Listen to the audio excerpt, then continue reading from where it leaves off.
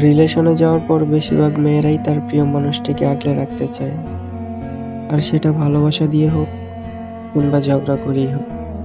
বর্তমান যুগে খুব কম ছেলের ভাগ্যে এমন মেয়ে জোটে, সে তার প্রিয়তমের সব দিকে খেয়াল রাখে, তাকে অন্য কারোর সাথে শেয়ার করতে চায় না। আর মেয়েদের এসব জিনিস অনেক ছেলেরাই পছন্দ করে না। যেমন ধরুন, অতিরিক্ত আবেগ দেখানো, কড়া মেজাজি, কথায় কথায় শাসন করা, খুব বেশি কথা বলা ইত্যাদি। কিন্তু এগুলোর মাঝে অনেক পজিটিভ দিক আছে। মেয়েটি সারাদিন অসংখ্যবার মোবাইলে কল করে আপনার খোঁজ নেওয়া, আপনার সব কিছুতে খেয়াল রাখে। কি করো, তোমাকে অনেক মিস করতেছি, ওই তুমি এত ব্যস্ত কেন, সারাদিনে একবারও আমার খোঁজ নেওয়ার প্রয়োজন মনে করো নাই, ওই তুমি এখনো খাও নাই কেন, ঠিক মতো খাওয়া দাওয়া না করলে তোমার শরীর খারাপ করবে তো। হয়তো এক সময় এসব বিরক্ত লাগবে আপনার, কিন্তু ভেবে দেখুন, আজকালের যুগে এমন মেয়ে পাওয়া খুবই ভাগ্যের ব্যাপার। রিলেশনের কয়েক মাস পর হয়তো জানতে পারলেন আপনার প্রেমিকা একটু বেশি স্বাধীনচেতা, কিন্তু এতে বিরক্ত হওয়ার কিছু নেই।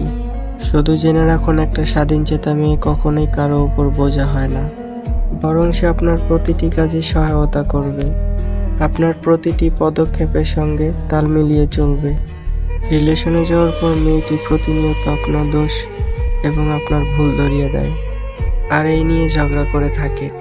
এতে আপনি বিরক্ত হন, কিন্তু জেনে রাখুন, সে আপনাকে কষ্ট দেওয়ার জন্য কিংবা দুঃখ দেওয়ার জন্য এসব করে না। প্রতিটা মেয়েই চায় তার প্রিয় মানুষটা সবার থেকে আলাদা হোক, তাই সবার কাছে আপনাকে সেরা প্রমাণ করার জন্য এবং কেউ যাতে আপনার কোনো কাজে খুঁত না ধরতে পারে, সেই জন্যই সে আগে ভাগে আপনার ভুল ধরে ভুল সংশোধন করার চেষ্টা করে।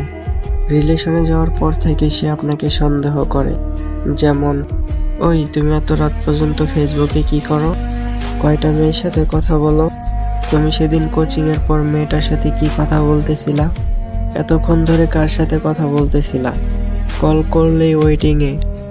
আর আপনি ভেবে নেন আপনার উপরে তার একটুও বিশ্বাস নেই। এটি আপনার ভুল ধারণা, কারণ সে আপনাকে সন্দেহ করে মানেই যে সে আপনাকে বিশ্বাস করে না তা নয়। কারণ মেয়েরা কখনো তার প্রিয়জনকে অন্য কারোর সাথে শেয়ার করতে চায় না, শুধুমাত্র এই ভয় নিয়েই সে আপনাকে জীবনসঙ্গী হিসাবে বেছে নেয়।